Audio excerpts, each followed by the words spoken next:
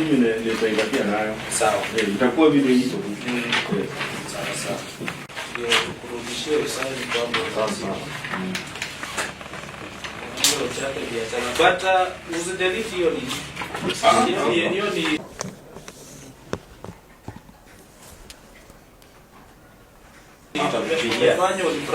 hakuna kitu mimi nadhani wakati tunakuja Nairobi simama hivyo kwa sababu leo ni mimi kesho ni ukweli.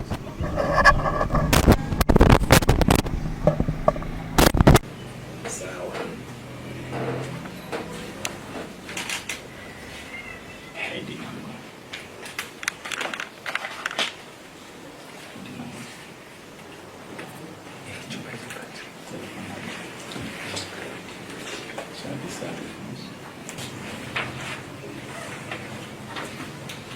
My client, Kweyu, was honoring summons from the DCI.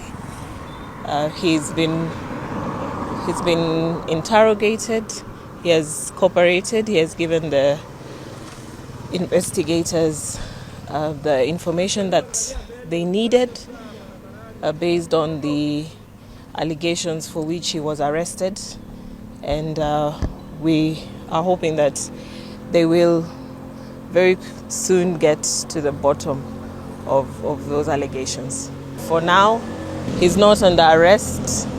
He's not under investigation.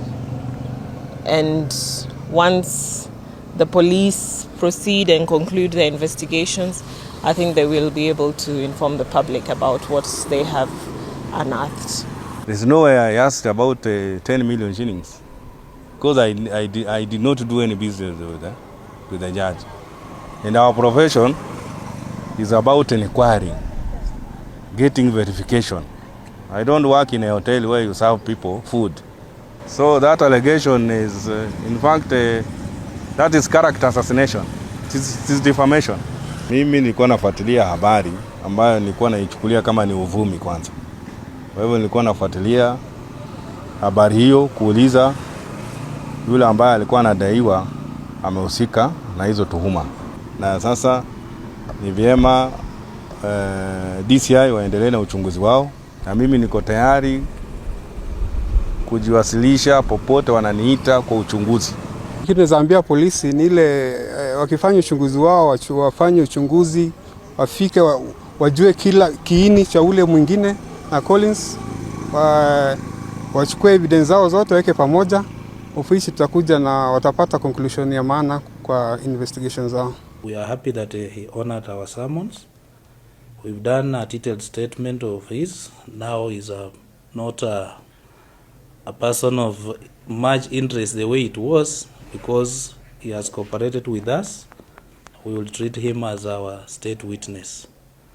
We were investigating a case of harassment and identity theft under the Computer Misuse and Cyber Crimes Act number 5 of 2018.